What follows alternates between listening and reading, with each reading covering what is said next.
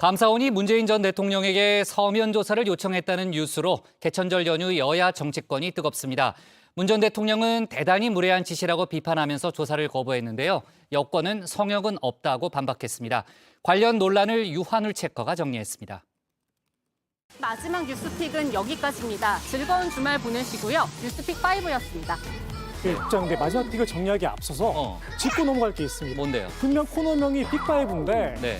유체커가 계속 픽 2개씩만 하면서 나머지를 이렇게 퉁치는 게 아닌가. 아니 자리에 앉아서 하잖아요. 자리에 쓰는 앉아서. 게 아니라. 그게 이렇게 화낼 일이에요? 그러게요. 어떻게 뉴스를 다 다루면 되잖아요. 저는 그냥 1픽을 굉장히 이제 비중 있게 어. 다루다 보니까 이런 일이 발생하고 있는 건데. 그때 좀 뉴스에 따라 다른 거 아니에요? 예, 맞습니다. 이게 탄력적으로 운영하려고 하는데 이렇게 다들 이렇게 꽉 막힌 사람인지 제가 몰랐습니다. 아니, 또 회의 끝나고 계속 싸우고요. 다섯 번째 픽 로멘토가 하죠. 네, 5시 하면 다정의 정의원들의 뉴스 큐레이터 울체커입니다. 오늘은 제가 과연 몇 번째 픽까지 정리하고 자리로 들어갈지 정의원분들 지켜봐 주시면서 개천절의 뉴스픽 5 시작하겠습니다.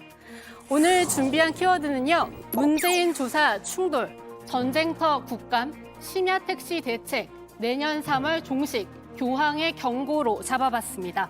첫 번째 키워드, 제가 요즘 푹 빠진 영화로 시작해볼까 합니다. 깐느박, 박찬욱 감독의 수작 헤어질 결심입니다.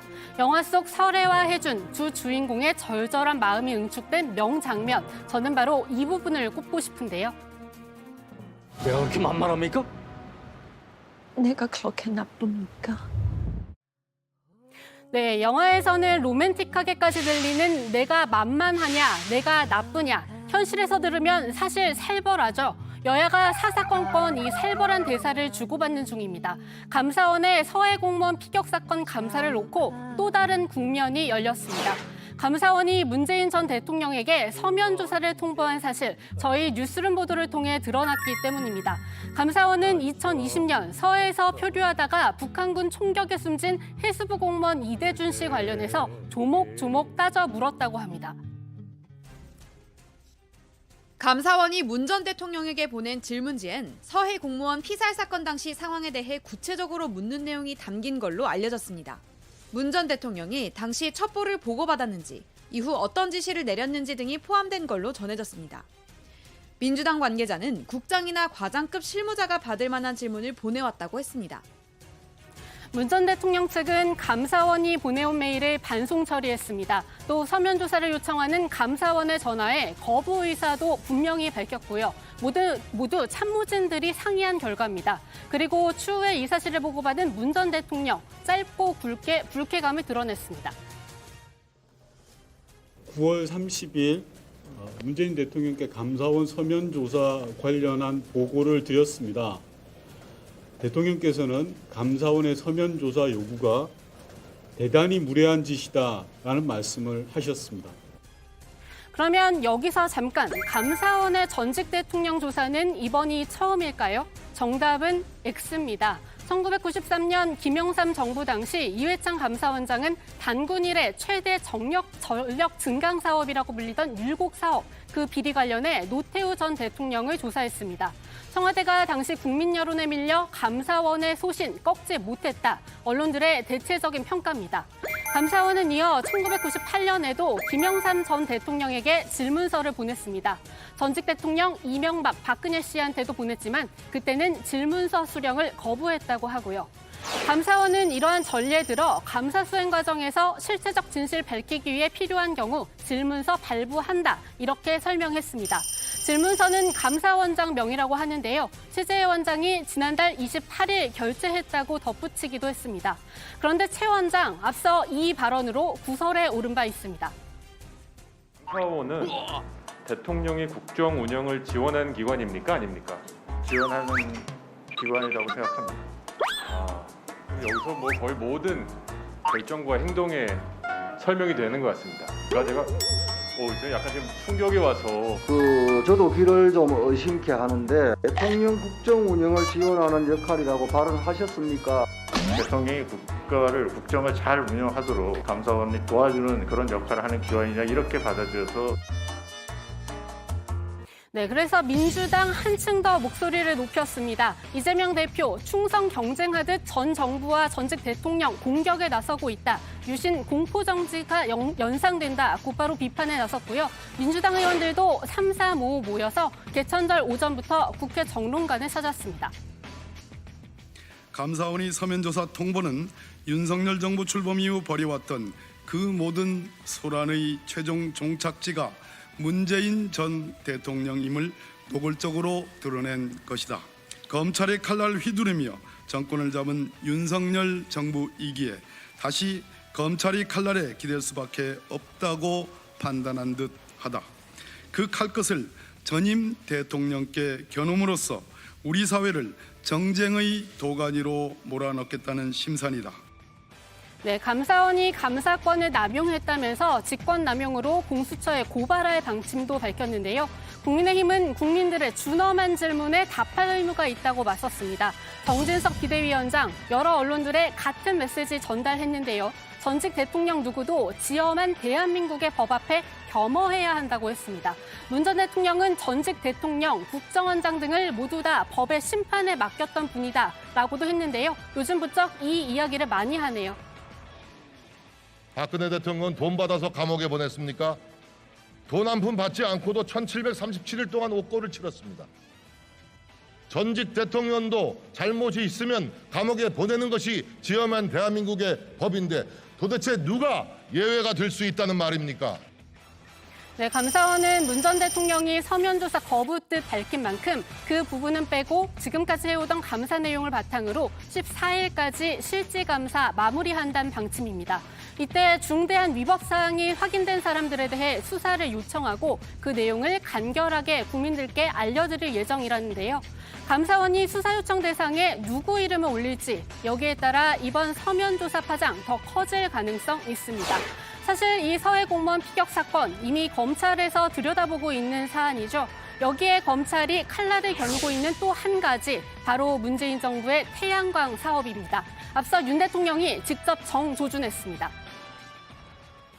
국민들의 이 혈세가 어려운 분들을 위한 복지 또 그분들을 지원하는 데 쓰여야 될 돈들이 이런 이권 카르텔의 비리에 사용되었다는 것이 참 개탄스럽습니다. 법에 위반되는 부분들은 정상적인 사법 시스템을 통해서 처리가 될 것으로 생각하고 있습니다. 네, 대통령의 이 발언을 시작으로 한덕수 총리 불법 사안에 대해 수사 의뢰하고 필요하면 환수 조치 취하겠다. 조금 더 구체화했고요. 결국 그대로 실현되는 모양새입니다. 지난달 30일 국가재정범죄 합동수사단이 공식 출범했습니다. 세금을 어떻게 거두어서 어떻게 쓰느냐 하는 것은 국가의 흥망성쇠와 직결되는 가장 중요한 문제입니다. 재정 비리를 뿌리 뽑아 나라의 곳간을 바르게 지키도록 하겠습니다. 네, 검찰과 과세당국, 금융당국 30여 명으로 구성된 합수단은 범죄 혐의 적발부터 수사, 불법재산 환수까지 맡게 됩니다. 마침 합수단 출범 당일 국무조정실은 태양광 사업 관련 수사를 대검에 의뢰했는데요. 대상은 약 380명으로 사기나 조세범 처벌법 위반, 보조금법 위반 혐의 등을 받고 있습니다. 검찰은 이 사건 합수단으로까지 넘어갈 가능성 좀 더 지켜봐야 한다고 했지만 합수단 출범 명목에 맞아떨어지는 사건이란 해석 나옵니다.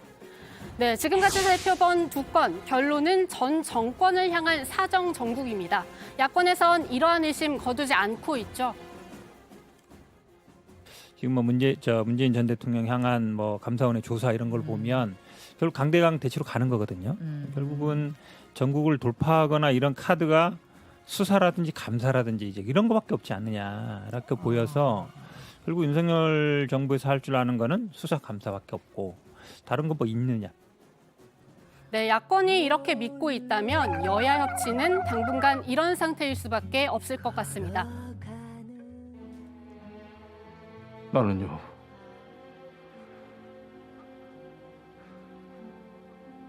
완전히 붕괴됐어요. 네, 여기에 바로 이어서 두 번째 픽은 전쟁터 국감입니다. 윤석열 정부 들어 첫 국정감사 내일 시작합니다. 14개 상임위원회에서 오는 24일까지 약 20일간 진행되고요. 그 이후에는 운영위와 정보위, 여가위 같은 겸임 상임위 감사가 다음 달 3일까지 진행됩니다. 앞서 심판대 견제구도 예고해드렸는데 오늘 여기에 문재인 전 대통령 서면 조사 하나 더 더해졌습니다. 국민이 맡긴 권력으로 민생을 챙기는 것이 아니라 야당을 탄압하고 전 정부의 정치 보복을 가하는 데 주력하고 있습니다. 뭐 무례하다라고 불편하셨다고 언론에 나오는데 저는 뭐 대통령을 지내신 분이니까 어쨌든 좀 겸허한 마음으로 대응을 해주시는 게 더 낫지 않겠나 이런. 네, 전 정권에 대한 감사원 감사 그리고 검찰 수사까지 모두 국회 법제사법위원회 수관이죠. 여기에 이재명 대표 수사 대 김건희 여사 수사로도 맞붙고 있습니다. 가장 뜨거운 상임위원회라는 명성, 이번 국감에도 계속 이어갈 것으로 보입니다. 그리고 김건희 여사 하면 교육위원회를 빼놓을 수 없습니다. 민주당은 앞서 단독으로 김 여사 논문 표절 및 허위 학력 기재 의혹에 대해 증인과 참고인 채택했는데요. 국감 시작 이틀 앞두고 이들 중 상당수가 해외 출국길에 올랐다는 지적 김영호 민주당 간사가 제기했습니다. 국민대 이몽재 총장과 김지용 국민학원 이사장, 장윤금 숙대 총장 등입니다. 또 다른 관전 포인트, 윤 대통령의 비속어 논란을 두고는 외통위와 가방위, 운영위에서 여야 화력 높일 전망인데요. 외통위에서는 해임 건의안이 국회를 통과한 박진 외교부 장관을 놓고 여야 대응 주목되고요. 비속어 논란의 중심을 MBC 자막에 두고 있는 국민의힘은 과방위에서 대통령실의 잘못된 대응에 초점을 맞추고 있는 민주당은 운영위에서 총공세에 들어갈 것으로 보입니다. MBC에 묻겠습니다. 음성 분석 전문가들조차도 그 내용을 100% 확인하기 어렵다고 얘기하는 것을 도대체 무슨 기준과 근거로 어떤 확신으로 어떤 확인 과정을 거쳐서 그런 보도를 한 것입니다. 그 경위를 이 자리에서 밝혀주기 바랍니다. 김은혜 의대 홍보수석 같은 경우에는 처음에 브리핑과 나중에 브리핑의 내용이 이제 달라졌고, 뭐 그분뿐 아니라 다른 그 청와대 관계자들도 다 그렇고요. 그래서 지금은 사실 대통령실에서 나오고 있는 발언들이 어디까지가 진실이고 어디까지가 거짓인지조차 팩트체크하기가 참 힘겨울 정도입니다. 네, 여기에 국회 운영위원회에서는 비속어 논란 때문에 잠시 뒷편으로 물러난 청와대 이전 예산도 다시 테이블에 오를 전망입니다. 네, 개천절의 뉴스픽 첫 번째 픽과 두 번째 픽에 한껏 집중해봤습니다. 3, 4, 5픽은 들어가서 전해드리도록 하고요. 원픽도 뽑겠습니다. 뉴스픽 5였습니다.